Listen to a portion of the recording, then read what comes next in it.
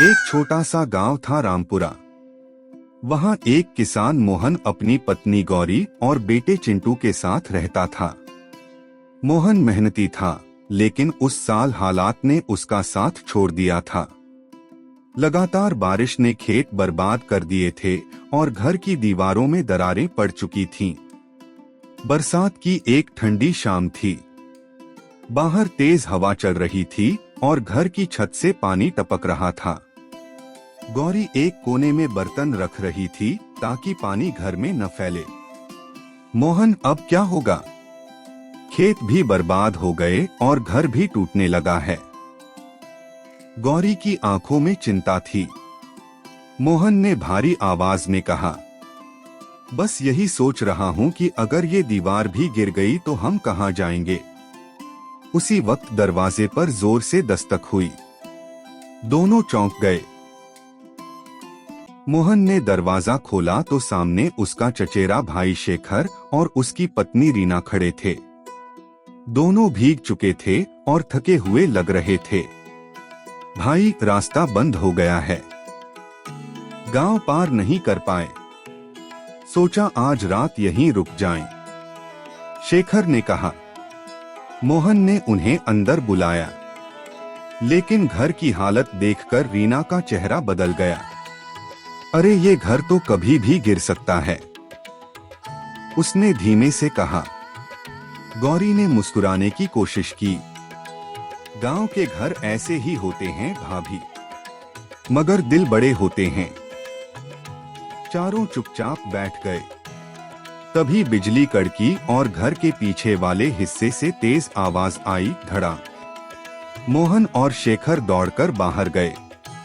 पीछे की दीवार का एक हिस्सा गिर गया था। ये दीवार तो बिल्कुल कमजोर हो चुकी है, शेखर बोला। लेकिन उसकी नजर अचानक टूटी दीवार के अंदर गई।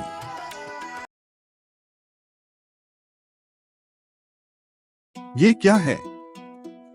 उसने मिट्टी हटाई तो अंदर एक पुराना लोहे का संदूक दिखाई दिया। गौरी ने हैरानी से पूछा, ये संदूक यहाँ कैसे? मोहन भी हैरान था। उसे भी इस संदूक के बारे में कुछ पता नहीं था। उन्होंने संदूक बाहर निकाला। ताला जंग खा चुका था, पर किसी तरह तोड़ दिया गया। संदूक खुलते ही सबके होश उड़ गए। अंदर पुराने जमाने के चांदी के सिक्के, कुछ सोने के गहने और एक चिट्ठी रखी थी। मोहन ने कांपते हाथों से चिट्ठी पढ़ी।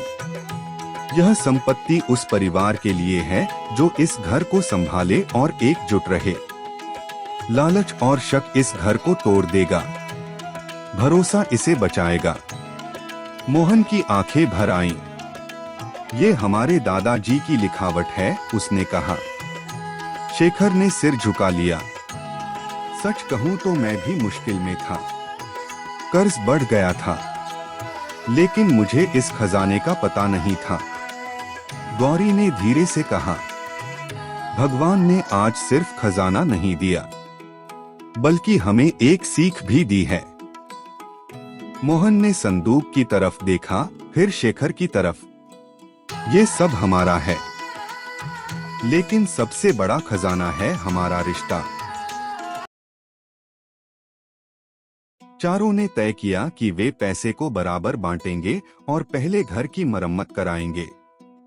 बारिश अब धीमी हो चुकी थी। अगले कुछ महीनों में घर दोबारा बना, खेत फिर हरे हो गए और दोनों परिवार साथ मिलकर रहने लगे। गांव वाले अक्सर कहते, उस रात बारिश ने सिर्फ दीवार नहीं गिराई थी, शक और डर भी गिरा दिए थे।